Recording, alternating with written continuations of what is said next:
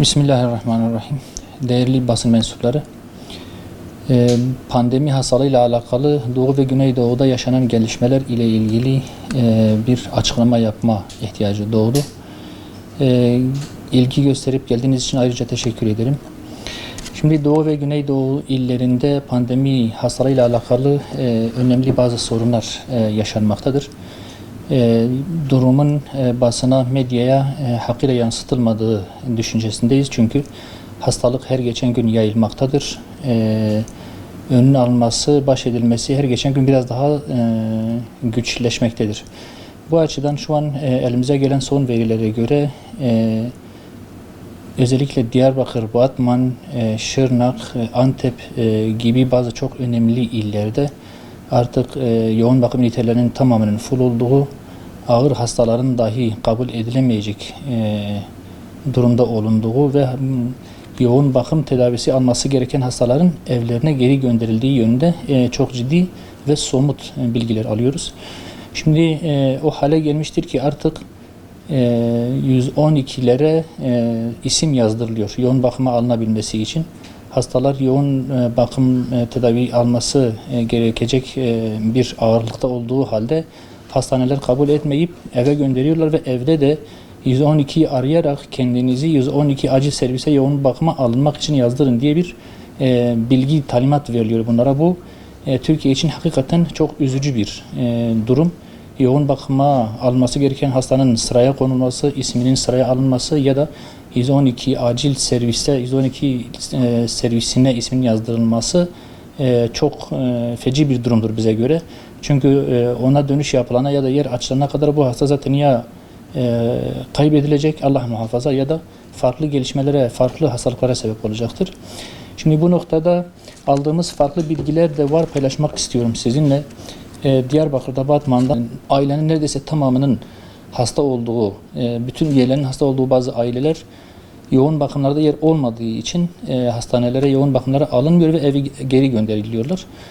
Aldığımız, görüştüğümüz bazı hastalar kendi tedavilerinin kendileri tarafından yapılmak zorunda kalındığını, hatta kendi imkanlarıyla tanıdık sağlıkçılar bularak, kendilerine serum taktırarak ayakta kalmaya çalışıyorlar. Halbuki bunlar çok ağır hastadır, konuşamayacak durumdadır. Kalkıp namaz dahi kılamayacak durumda oldukları halde bu şekilde bir çaresizliğe mahkum edilmektedirler. Şimdi aldığımız bilgilerin tamamını derlediğimizde Doğu Güneydoğu illerinin tamamında şu an itibariyle mevcut olan vakalar Türkiye'deki vaka sayısının %60'ını da geçmiştir. Nitekim Sağlık Bakanı da bu yönde bilgileri verdi geçen. Bu böyle bir durum söz konusu olduğu halde sağlık sektörünün desteklenmemesi, gerekli altyapının oluşturulmaması ve hastalara gerekli tedavinin yapılacak ortamın oluşturulmaması ciddi bir sıkıntıdır ve belki de kayıpların daha fazla olmasına sebep olacaktır. Acil yapılması gereken şeyler vardır. Bu noktalarda bizim Sağlık Bakanlığı'ndan ve Türkiye kamuoyundan şöyle bir istirhamımız var.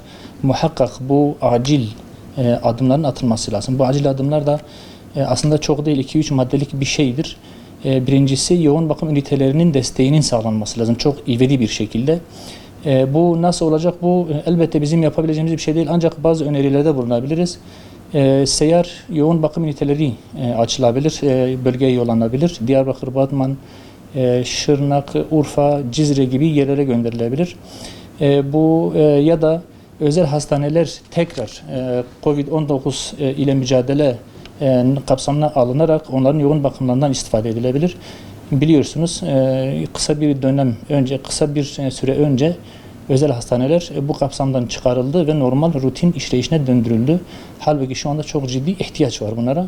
Batman'da, Diyarbakır'da ve benzeri büyük illerde çok dar yoğun bakım üniteleri olduğu için şu an ihtiyacın belki yarısı dahi karşılanamıyor ve hastalar bir şekilde ölüme mahkum ediliyor. Çok acil hastalar varsa ve ki vardır ve bunlar eğer bölge hastaneleri bu ihtiyacı karşılayamayacak durumdaysa, ki bu da bir hakikattir.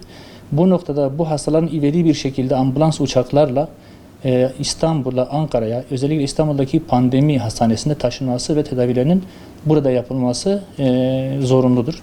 Bu konuda özellikle Sağlık Bakanı'nı Ve bölgedeki sağlık yetkililerini ivedi bir şekilde göreve davet ediyoruz.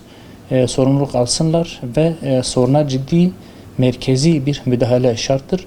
Yoksa bu gidişle bölgede bu hastalık kırımlara sebep olacak ve ağır tahribatlar oluşturacaktır.